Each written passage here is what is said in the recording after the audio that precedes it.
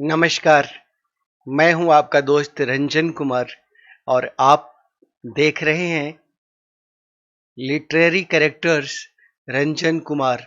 और इसमें अभी जारी है मेरा उपन्यास पसाकोलॉजी भौजी एंड प्रोफेसर पुराण।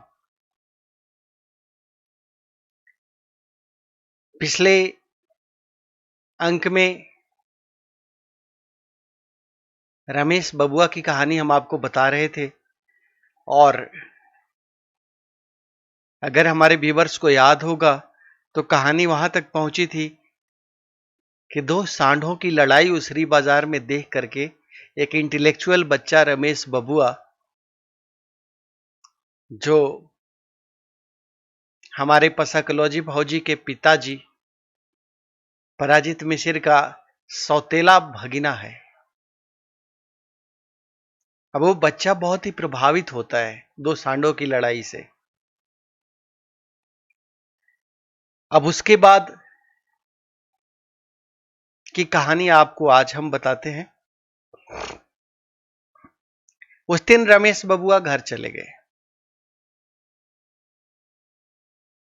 घर जाने के बाद उनके मन में यह प्रश्न बार बार उठता रहा कि सांड से ज्यादा उपयोगी बैल होते हैं।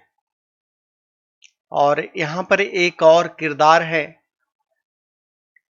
जो रमेश बबुआ के गोतिया में के चाचा लगते हैं, उनकी भी एंट्री होती है यहां पर। उनका नाम कुछ भी हो सकता है, यहां सुविधा के लिए हमें पुकारना पड़ेगा, बताना पड़ेगा, तो उनका नाम हम सतेंद्र पाठक रख देते हैं।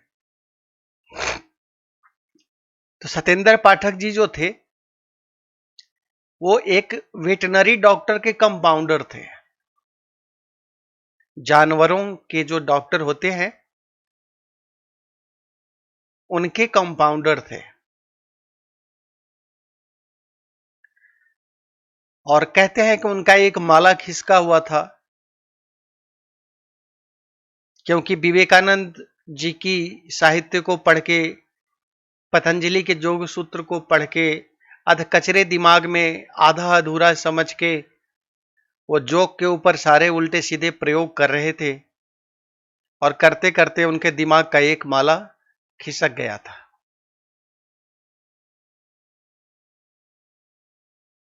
और वो जो सतेंद्र पाठक जी हैं, ये हमारे राकेश बबुआ के एकदम खासम खास। दोनों चचा भतीजा की दोस्ती बिल्कुल वैसी जैसे समोसे और आलू की।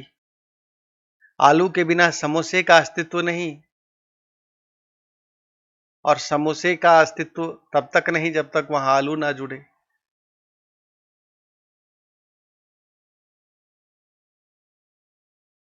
तो आप ये समझिए कि सतेंद्र पाठक वो समोसा के खोल थे जिसके लिए रमेश बबुआ आलू की तरह थे। और रमेश बबुआ एक किशोर वय का लड़का, और खुद तो वो भटके हुए थे ही सतेंद्र पाठक जी, और रमेश बबुआ को भी भटकाते रहते थे। अब सतेंद्र पाठक जी की तो शादी हो गई थी, लेकिन ये रमेश बबुआ को शादी से होने वाले क्या क्या नुकसान हैं ये सब साझा किया करते थे। उम्र का जब एक अंतर हो और एक पढ़ने वाले बच्चे के साथ वो सब चीजें एक पूर्ण वयस्क को और एक शादीशुदा व्यक्ति को जो नहीं साझा करना चाहिए, वो सब इस नौसिखिए बालक से वो साझा किया करते थे। एक आध बार बातों के क्रम में जब रमेश बबुआ ने हमें कुछ ऐसी बातें बताई थी तो मैंने रमेश बबुआ को झिड़की भी लगाई थी कि उन चाचा जी से फालतू की बातें मत किया करो। लेकिन रमेश बबुआ के सबसे खासम खास जो थे वो वही सतेंद्र पाठक चाचा जी थे। वेटनरी डॉक्टर के कंपाउंडर थे, और एक दो दिन के लिए घर आए हुए थे। तो रमेश बबुआ ने उनसे ये पूरी बात साझा की। हमने दो सांडों की लड़ाई देखी, और जो प्रश्न उसने यहां हमसे पूछा था वही प्रश्न उनसे भी उसने पूछा। अब चाचा जी ने पता नहीं उसके बाद कचरे दिमाग में और क्या क्या भर दिया। तो सतेंद्र पाठक जी तो वापस अपने ड्यूटी चले गए, लेकिन उस दिन के बाद से रमेश बबुआ को एक टिप्स देकर के चले गए। बोले तुम मनेरी बिघा में जहां ये सब होता है जा करके देख आना। और जब रमेश बबुआ ने पूछा कि हम वहां तक जाएंगे कैसे, घर में क्या बहाना बनाएंगे, तो सतेंद्र पाठक जी ने सिखा दिया रमेश बबुआ को कि तुम्हें कुछ नहीं करना है, घर से स्कूल के नाम पे निकलना और किताबें कम रखना अपने बैग में और सीधा मनेरी बिघा चले जाना। थोड़ा देर बाजार में घूमना, इधर उधर गली वलियों में, और उसके बाद फिर निकल जाना मनेरी बिघा। और जब स्कूल की छुट्टी का टाइम हो तो वापस चले आना। मतलब एक सीधे साधे बच्चे को एक पूर्ण वयस्क चाचा कहलाने वाले व्यक्ति ने भरमा दिया और उसको स्कूल बंक करने की विधि बता दी। अब रमेश बबुआ अगले 15 दिन तक लगभग स्कूल बंक कर करके वो मनेरी बिघा में जाकर के और कैसे सांड को बैल बनाते हैं और कैसे बोका को खसी बनाते हैं, ये प्रक्रिया देखता रहा। और उसके दिमाग में चाचा का बताया हुआ वो सूत्र भी चलता रहा कि शादी ब्याह करने से कोई फायदा नहीं होता है, खाली शादी ब्याह करने से केवल बच्चा पैदा करते हैं, जनसंख्या बढ़ाते हैं, पत्नी आती है तो लड़ाई झगड़ा करती है। तो उसके दिमाग में ये बात भर गई कि अगर इस प्रक्रिया से इंसान को गुजारा जाए, और सतेंद्र पाठक जी ने इसका भी समर्थन दिया कि एक नया प्रयोग हो सकता है। जिस तरह से न्यूटन ने बाग में सेव गिरते हुए देखा था और उस सेव को गिरते हुए देख करके न्यूटन ने फिजिक्स में इतनी बड़ी क्रांति कर दी, तो तुम भी ऐसे ही एक खोज करता हो सकते हो। बहुत लोगों ने सांड को लड़ते हुए देखा होगा, लेकिन किसी के मन में ऐसी भावना नहीं आई होगी। तो तुम इसका एक नया प्रयोग कर सकते हो और तुम्हारे जैसे ही मेधावी बालक आगे चल के विवेकानंद बनते हैं, चाणक्य बनते हैं। उसके लिए इतनी ही मेधा शक्ति की जरूरत है। सतेंद्र पाठक जी ने कुल मिला के, तभी मैं कह रहा हूं कि उनका एक माला खिसका हुआ था, जहां एक अभिभावक की भूमिका निभानी चाहिए थी और जहां रोका जाना चाहिए था रमेश बबुआ को इन सब फालतू के थॉट से और पढ़ाई की ओर प्रवृत्त किया जाना चाहिए था, वहां उसने उसके मन में ऐसा बीजारोपण कर दिया कि तुम इसका एक प्रयोग का माध्यम बन जाओ और तुम चाहो तो ये प्रयोग करके देख सकते हो और शादी करने से कुछ फायदा होता नहीं है। चाचा ने ये समझा दिया, मैं तो शादी करके पछता रहा हूं, मुझे शादी करके कोई सुख हासिल नहीं हुआ। और उस प्रक्रिया से गुजरने के बाद केवल यही है कि उसके बाद शादी ब्याह की जरूरत नहीं है, जनसंख्या बढ़ाने में अपना योगदान देने की जरूरत नहीं है। सतेंद्र पाठक ने एक और बहुत ही गहरी बीज, एक तरह से कहें तो बहुत ही गहरा बीज इस बच्चे के मन में यह बो दिया, अपना अधकचरा आध्यात्मिक ज्ञान विवेकानंद जी के नाम पर बता करके, कि जो मनुष्य के शरीर में काम वासना की गति है, जो काम वासना उठता है, हर धर्म ग्रंथ शास्त्र हमारा कहता है कि हमें काम वासना से ऊपर उठ जाना चाहिए। और अगर इस प्रक्रिया से गुजर गए तो काम वासना से अपने आप ही ऊपर उठ जाएंगे। उसके बाद मन में काम वासना नाम की चीज आएगी ही नहीं। ये सतेंद्र पाठक जी ने ज्ञान का सूत्र रमेश बबुआ के मन में पूरी तरह से भर दिया, पिरो दिया। अब रमेश बबुआ समझ गया कि मामला गंभीर है और शादी की कोई आवश्यकता नहीं है, और आध्यात्म के शिखर पर सीधा मोक्ष के पहुंचाने वाला द्वार जो है यहीं से खुल जाता है। ऋषि मुनि इतनी तपस्या किस लिए करते हैं?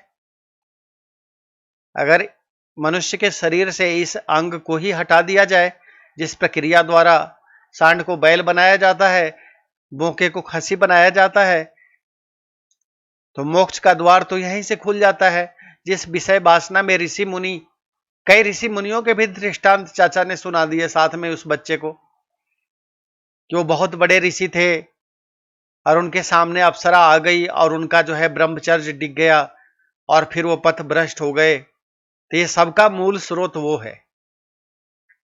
अब रमेश बबुआ पहले से ही कंफ्यूज दिमाग का आदमी था। उस वक्त सांड की लड़ाई देख करके ऐसे ही कंफ्यूज हो रखा था, और उसमें चाचा ने और अपने हिसाब से उसको खूब ऐसा पाठ पढ़ाया कि रमेश बबुआ पूरी तरह से अपने रास्ते से भटक गए वहां पर। और 14 दिन तक ये मूल्यांकन करते रहे कि इस प्रक्रिया में होता क्या है।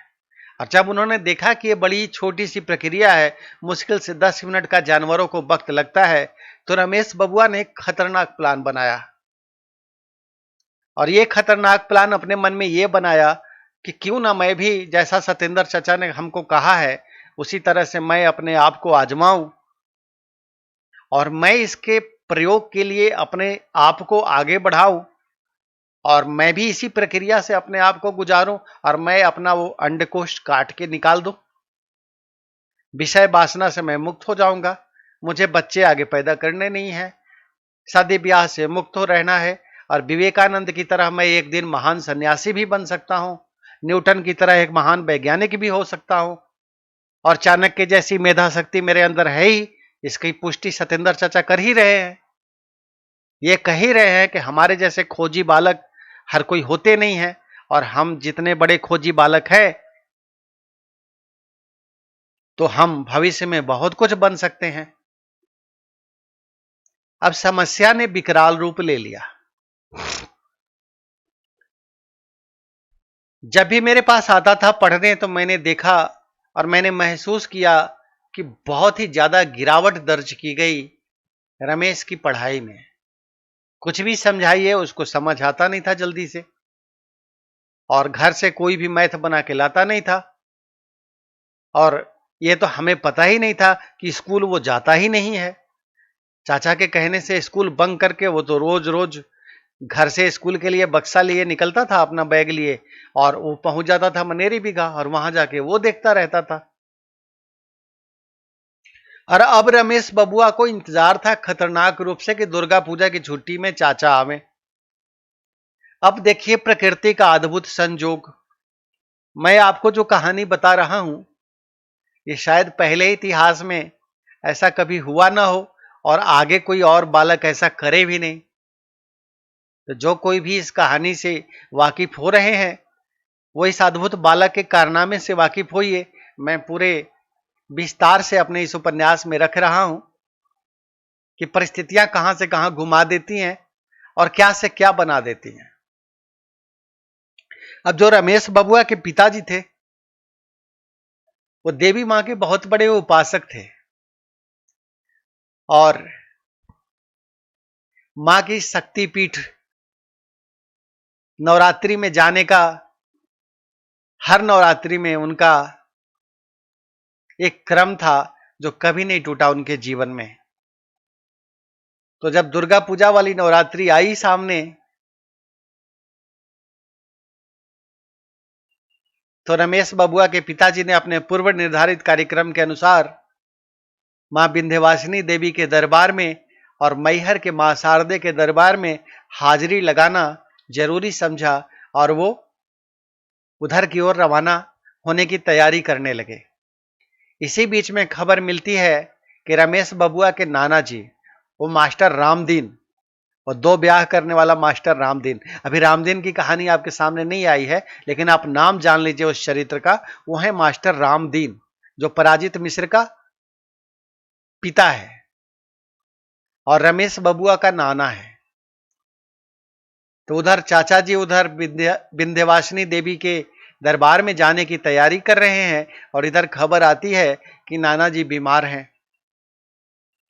तब रमेश बबुआ की मम्मी ने कहा कि आप जाते जाते पहले मुझे वहां छोड़ दीजिए, मेरे पीहर छोड़ दीजिए, मेरे मायके में छोड़ दीजिए। और आप भी वहां से पिताजी को देख लीजिएगा, उसके बाद आगे अपने सफर पर निकल जाइएगा। अब रमेश बबुआ को खुला मैदान मिल गया। पिताजी देवी मां के दरबार में जा रहे हैं, मां मायके जा रही है, और इन्होंने कह दिया कि मैं तो घर में चाचा चाची के साथ रह लूंगा, उमेशवा के साथ खेल खुल के अपना जीवन गुजार लूंगा, अच्छे से खा पी के रहूंगा, पढ़ूंगा, और सतेंद्र चाचा भी आ ही गए हैं, तो आप बिल्कुल आप लोग जाइए, हमको कोई तकलीफ नहीं है। तो वो लोग रवाना हो गए। और जब वो लोग रवाना हो गए और उधर विद्यालय की भी छुट्टियां हो गई, और रमेश बबुआ ने हमें भी बताया कि रात में अब चूंकि पिताजी लिवाने के लिए आएंगे नहीं, पिताजी शाम में बाजार में रहेंगे नहीं, तो जाने में जो रात हो जाती है तो मैं अकेले जा नहीं सकता, तो भैया मैं आगे कुछ दिन अभी पढ़ने के लिए नहीं आऊंगा, दुर्गा पूजा की छुट्टियां मनाऊंगा। तो हमने भी उसमें हामी भर दी। अब रमेश बबुआ ने खतरनाक प्लान बनाया अपने सतेंद्र चाचा से मिलकर के। सतेंद्र चाचा पहले ही, उसके 15 दिन पहले ही जब उसको आए थे घर में, तब उसकी आधे बुद्धि को तो भ्रमित करके चले गए थे। अब जब वापस आए और पूरा घर खाली, मैदान खाली है, कोई देखने वाला गार्जियन है नहीं, तो सतेंद्र चाचा ने रमेश को पूरी तरह से भटका दिया, और रमेश ने कहा कि मैं अपने आप को इस प्रयोग के लिए तैयार करके बैठा हूं कि सतेंद्र चाचा आप तो ये सब कर सकते हैं ना, आप तो डॉक्टरों, आप पशु चिकित्सालय के डॉक्टर के कंपाउंडर हैं, तो आपको तो ये करना पता है जो वहां मनेरी बीघा में जानवरों के साथ होता है। तो बोले हाँ मैं तो वो सब कर सकता हूं। तो कुल मिलाकर के रमेश बबुआ ने अपने आप को उनके सामने प्रस्तुत कर दिया एक खतरनाक प्लानिंग के साथ कि आज की रात जब हम लोग दलान में सोएंगे, सतेंद्र चाचा दलान में सोते थे और वहीं रमेश बबुआ को ये सब बातें भटकाते थे। पत्नी घर में है और सोते रमेश बबुआ के साथ दलान में थे, और इसको बहकाते भटकाते थे कि पत्नी से कोई सुख नहीं मिलता है, और शादी के बाद जिंदगी जो है झंड हो जाती है, लड़ाइयां ज्यादा होती हैं, प्रेम कम मिलता है, और विषय वासना में कुछ नहीं रखा है। विवेकानंद के मार्ग पे चल के मोक्ष के द्वार की ओर अगर जाना है तो ये सब पचड़ों से दूर रहना चाहिए। जैसे देखो मैं घर में आकर के भी पत्नी से दूर रहता हूं। अब और भी उन्होंने क्या क्या रमेश बबुआ को सिखाया पढ़ाया होगा, इसकी आप कल्पना कर सकते हैं। एक लेखक के रूप में मैं यहां नहीं समझता कि उसका विस्तार से वर्णन किया जाना जरूरी है।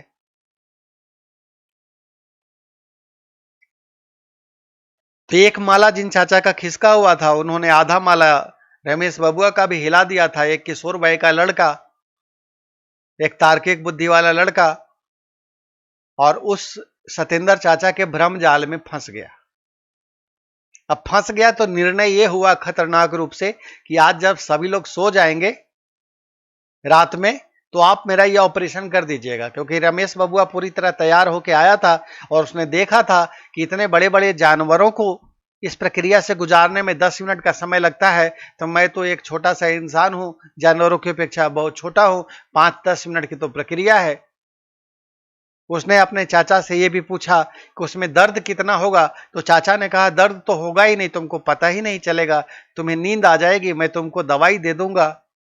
जानवरों को जो दवाई देते हैं जिससे उनका अंग शून्य हो जाता है, उनको नींद तो नहीं आती, लेकिन उनका वो अंग वहां पे शून्य हो जाता है और उनको पता नहीं चलता कि हमारे साथ क्या हो रहा है।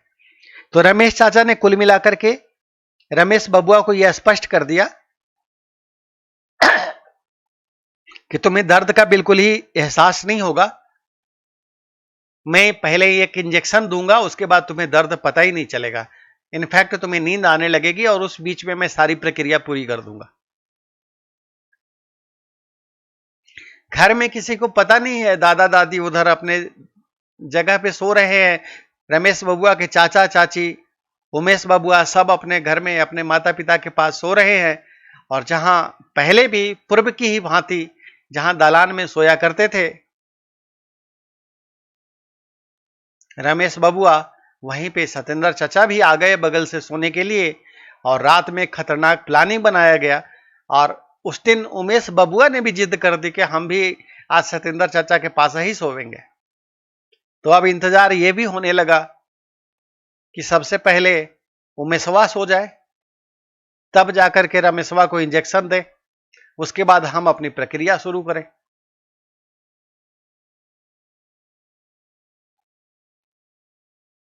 और इस प्रक्रिया को पूरी करने से पहले जो इंजेक्शन जानवरों के लिए बना है, जो उनको दिया जाता है अंग शून्य करने के लिए, सतेंद्र चाचा को तो वही मालूम था ना इंजेक्शन का नाम। वो इंजेक्शन वो बाजार से खरीद लाए थे। और जैसे ही रात्रि के 11 बजे चारों ओर निस्तब्ध रात्रि छा गई, सतेंद्र चाचा ने रमेश को इंजेक्शन लगा दिया। अगले 20 मिनट के अंदर इंजेक्शन असर कर गया। रमेश बबुआ को नींद आ गई और सर्जिकल ब्लेड लेकर के सतेंद्र चाचा ने रमेश बबुआ के साथ वही प्रयोग कर दिया। सांड से बैल बनाने वाली जो प्रक्रिया होती है, और रमेश बबुआ का अंडकोश उन्होंने काट डाला। अब जानवरों को तो तुरंत वहां पे बांध देते हैं और उनकी ब्लीडिंग रुक जाती है। अब मुसीबत तब हुई सतेंद्र चाचा के साथ जब अपना रमेश बबुआ होश में है, क्योंकि हैवी डोज जानवरों को देने वाला इंजेक्शन बेहोशी का, वो दे करके उन्होंने रमेश बबुआ को बेहोश कर दिया था। ये भी नहीं कल्पना की थी सतेंद्र पाठक ने कि इंसान को एनेस्थीसिया का जो इंजेक्शन आता है वो अलग होता होगा और जानवरों के लिए अलग आता होगा। तो जो जानवरों के लिए प्रयुक्त होता है वही इंजेक्शन रमेश बबुआ को दिया जा चुका था। तो उसका एक इन्फेक्शन भी था और उसका बहुत ही गहरा असर भी था कि रमेश बबुआ ऐसी नींद में बेहोशी के सोए और नीचे से चूंकि उनका अंडकोश निकाल के उन्होंने काट दिया सर्जिकल ब्लेड से, तो अब ब्लीडिंग रुक ही नहीं रही, कितनी भी कोशिश कर रहे हैं। अब घबराए सतेंद्र पाठक, अब क्या हो, अब तो मामला बिगड़ गया है। अब उनको लगा कि अब तो हमें लोग मार डालेंगे मार मार के। और एक दो बार जो रमेश बबुआ के पिताजी हैं उन्होंने 2-4 थप्पड़ रसीद भी किए थे उनके ऐसे ही उल्टे सीधे कुछ कारनामों के ऊपर। तो सबसे ज्यादा वो अगर डरते थे किसी से तो उन्हीं से डरते थे। अब उनको पता था कि उनके इकलौते पुत्र का पहले तो हमने ये अंग भंग कर दिया है और अब ये ब्लीडिंग नहीं रुक रही। अब अगर कुछ हो गया और ना ये बबुआ उठ रहा है, सुबह होगी तो बहुत बड़ा बवाल होगा।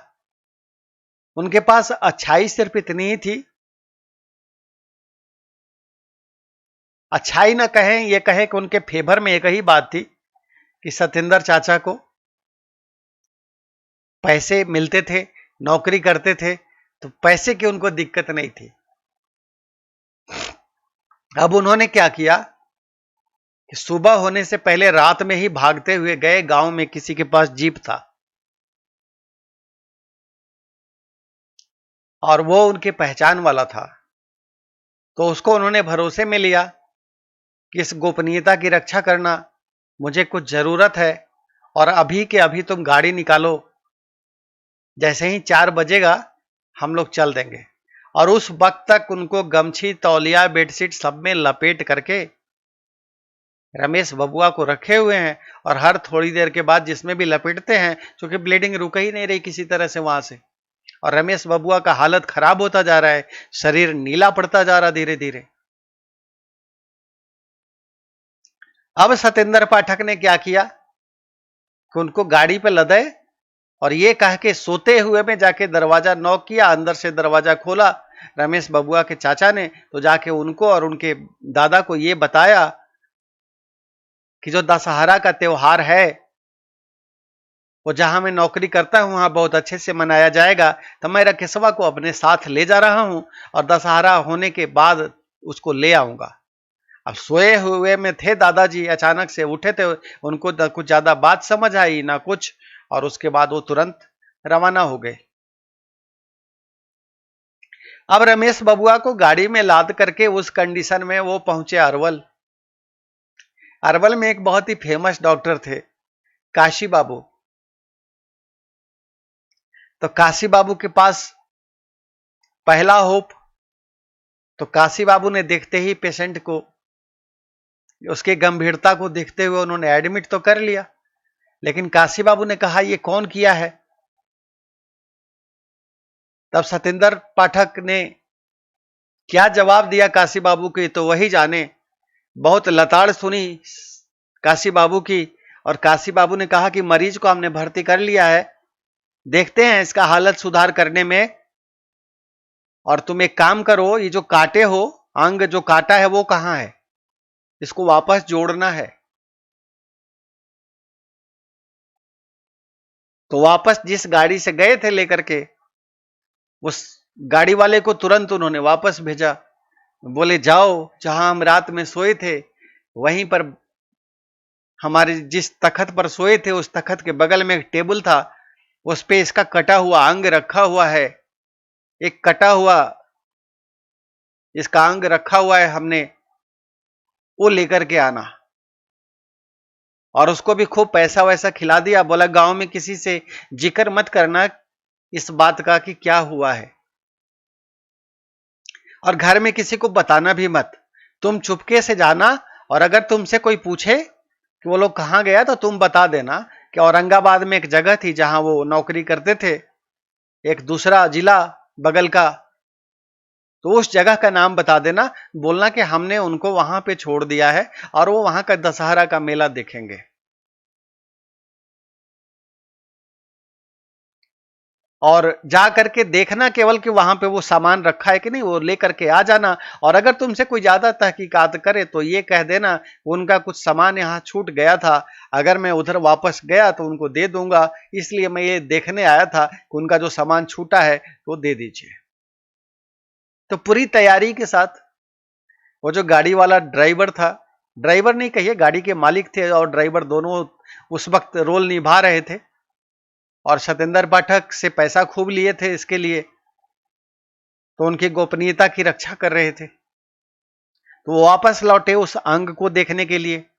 अब टकराए उमेश बबुआ से, उमेश बबुआ की छोटी सी उम्र, उन्होंने आकर के उसी से पूछा, दलानी में सतेंद्र चाचा कुछ छोड़ के गए हैं सतेंद्र बाबू, कुछ उनका यहां सामान रखा हुआ था।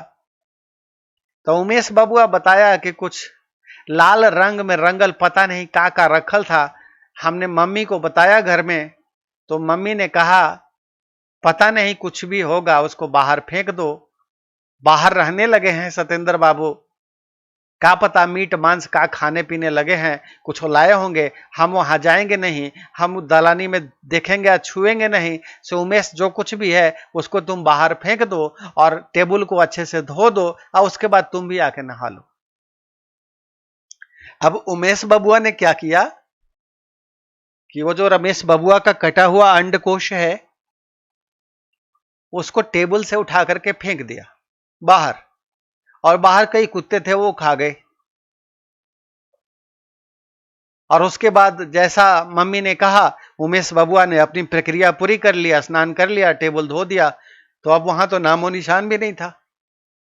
अब वो जो गाड़ी वाले भैया आए थे वो आए, और ये कहानी जब उनको पता चल गई, ये बात पता चल गई कि उसका अंजाम क्या हुआ है, वो जो अंग लेने आए थे वापस कटा हुआ, तो देखा कि नहीं है, तो वापस लौट के गए फिर से अरवल, और उनको बताया कि अब वहां पे अंग नहीं है, और उसको बाहर उमेशवा ने फेंक दिया था और उसको कुत्ता खा गया।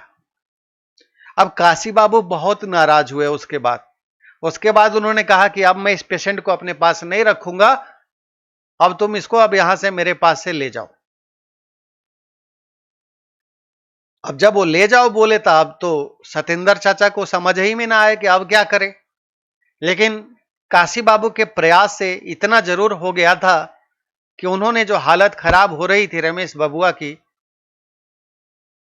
कुछ इंजेक्शन के प्रभाव में, कुछ खून निकलने के प्रभाव में, तो उन्होंने ब्लड चढ़ा करके और उस इंजेक्शन का प्रभाव खत्म करने के लिए दूसरा इंजेक्शन दे करके उसको सामान्य अवस्था की ओर लाने का जो प्राथमिक उपचार है वो कर दिया था। ब्लीडिंग रोक दी थी और वो इंतजार में थे कि वो अंग अगर वापस आ जाए तो सर्जरी द्वारा उसे ठीक करने की व्यवस्था की जाए। इसके लिए वो अपने एक दो सर्जन मित्रों से फोन पर बात भी कर रहे थे कि एक ऐसा उलझा हुआ केस आया है, और सतेंद्र चाचा ने उनको भरोसा दिया था जितना भी पैसा लगेगा वो हम देंगे, लेकिन आप मामला को ठीक करिए। तब जब काशी बाबू ने मना कर दिया कि अब तो यहां से पेशेंट ले जाओ, अब हम नहीं देखेंगे, तो अब उम्मीद की कोई किरण नजर आ नहीं रही थी। तब उन्होंने वो जो अपने उनके पशु चिकित्सक डॉक्टर थे, फिर वहां से उनको संपर्क साधा, काशी बाबू के ही फोन से उनको फोन मिलाया, तो उन्होंने कहा कि तुम इसको लेकर के जहां वो ड्यूटी करते थे वहीं लेकर के आ जाओ, मैं पहुंचता हूं थोड़ी देर में मैं भी क्लिनिक, और मैं देखता हूं कि क्या कर सकता हूं।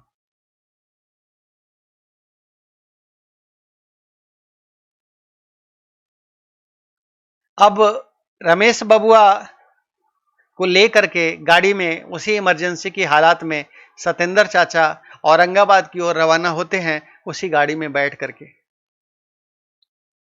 और औरंगाबाद पहुंचते हैं। और वो जो पशु चिकित्सक डॉक्टर थे, वो जिनके सतेंद्र चाचा कंपाउंडर थे, उनके पास ले जाके रमेश बबुआ को दिखाते हैं, और वो डॉक्टर साहब उनको बहुत लताड़ लगाते हैं कि तुमने ये कौन सा प्रयोग करने का सोच लिया, और किस तरह से तुमने हिम्मत की कि जो इंजेक्शन हम जानवरों को देते हैं वो इंजेक्शन तुम एनेस्थीसिया लगाने के लिए एक मनुष्य के ऊपर उसका इस्तेमाल करने लगे, किस किस्म के तुम कंपाउंडर हो।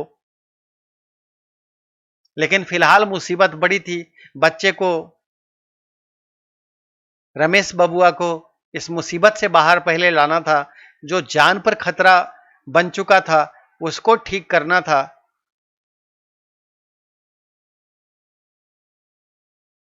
तो सबसे पहले डॉक्टर साहब ने अपनी चिकित्सीय जिम्मेदारी निभाई और उनके जान पहचान के जितने सर्जन थे आसपास उन सबको बुलाया, और उन लोगों ने, अब जो अंग ही भंग हो चुका है, निकाल के फेंका जा चुका है, उसको कुत्ता खा गया, उसको तो कुछ नहीं कर सकते थे, तो उन्होंने सिर्फ इतना ही किया कि वहां से ब्लीडिंग बंद हो जाए और वहां बैंडेज पट्टी अच्छे से कर दे।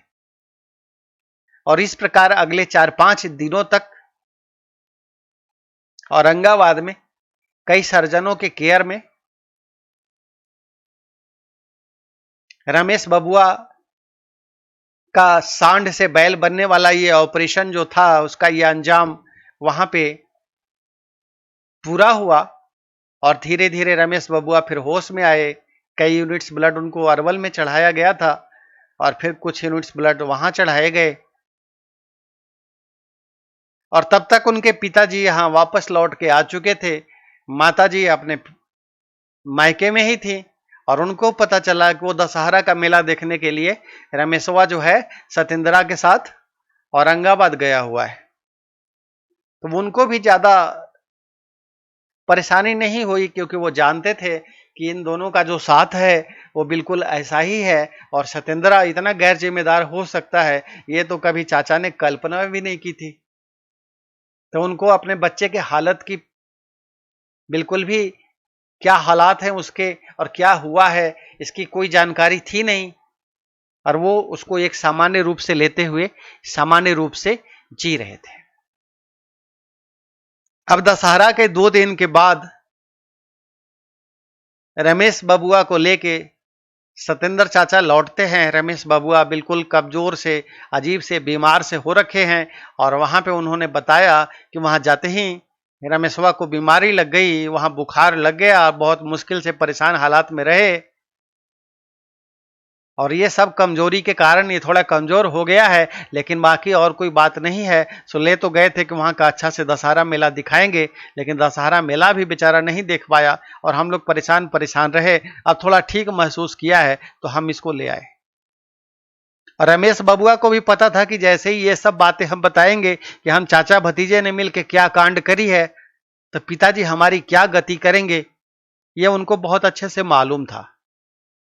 तो रमेश बबुआ भी सतेंद्र चाचा के बताए हुए पाठ पर बिल्कुल कायम रहे। दोनों ने एक ही स्क्रिप्ट रट लिया था इस अभिनय में कि हमें क्या कहना है, कब कहना है। और इस तरह से रमेश बबुआ घर में आए और अब घर में आने के बाद फिर उनके पिताजी ने उनकी हालत देखी, क्यों कमजोर हैं, क्या हैं, कैसे हैं। तो उसी में एक डॉक्टर हुआ करते थे भूषण जी, डॉक्टर भूषण जी। उसी में एक ही एमबीबीएस डॉक्टर थे उन दिनों। तो भूषण जी को दिखाया गया रमेश बबुआ को, और उन्होंने कई टॉनिक लिखी। उनकी हालत कमजोर देख के कहा बच्चा बहुत कमजोर हो गया है और लग रहा है कि हेमोग्लोबिन भी बहुत कम हो गया है, तो इसको खून अच्छे से बने, इसको थोड़ा दिन आराम करने के लिए कहिए, बाहर पढ़ने लिखने के लिए मत भेजिए। ये अचानक से 5-7 दिन में अगर ऐसी तबीयत खराब हुई है केवल बुखार के कारण, तो ये मामला गंभीर है। शरीर पीला पड़ता दिख रहा है। उनको शक हुआ कि ये जॉन्डिस का भी कारण हो सकता है, लेकिन लैब टेस्ट की वहाँ कोई व्यवस्था थी नहीं। तो उन्होंने अनुमानित तौर पर जॉन्डिस को भी ठीक करने की दवा उनको दे दी और साथ में कहा कि बच्चे को आराम कराइए कुछ दिन, और उससे धीरे धीरे बच्चे में इंप्रूवमेंट होगा। और जाहिर सी बात है बच्चे में धीरे धीरे इंप्रूवमेंट हो ही रहा था, क्योंकि बच्चा जिस शौक से गुजरा था वो तो ना डॉक्टर को पता था, ना उसके गार्जियन को पता था, और ना ही किसी को बतानी थी। कुल मिलाकर के इस तरह से आगे 2 महीना और गुजर गया और रमेश बबुआ से मेरी कोई इस बीच मुलाकात नहीं हुई, क्योंकि हमें ये पता चला चाचा जी से कि अभी रमेश का तबीयत खराब चल रहा है, अभी वो घूमने फिरने के ज्यादा लायक नहीं है और पढ़ने लिखने के लिए आना जाना उसका मना है।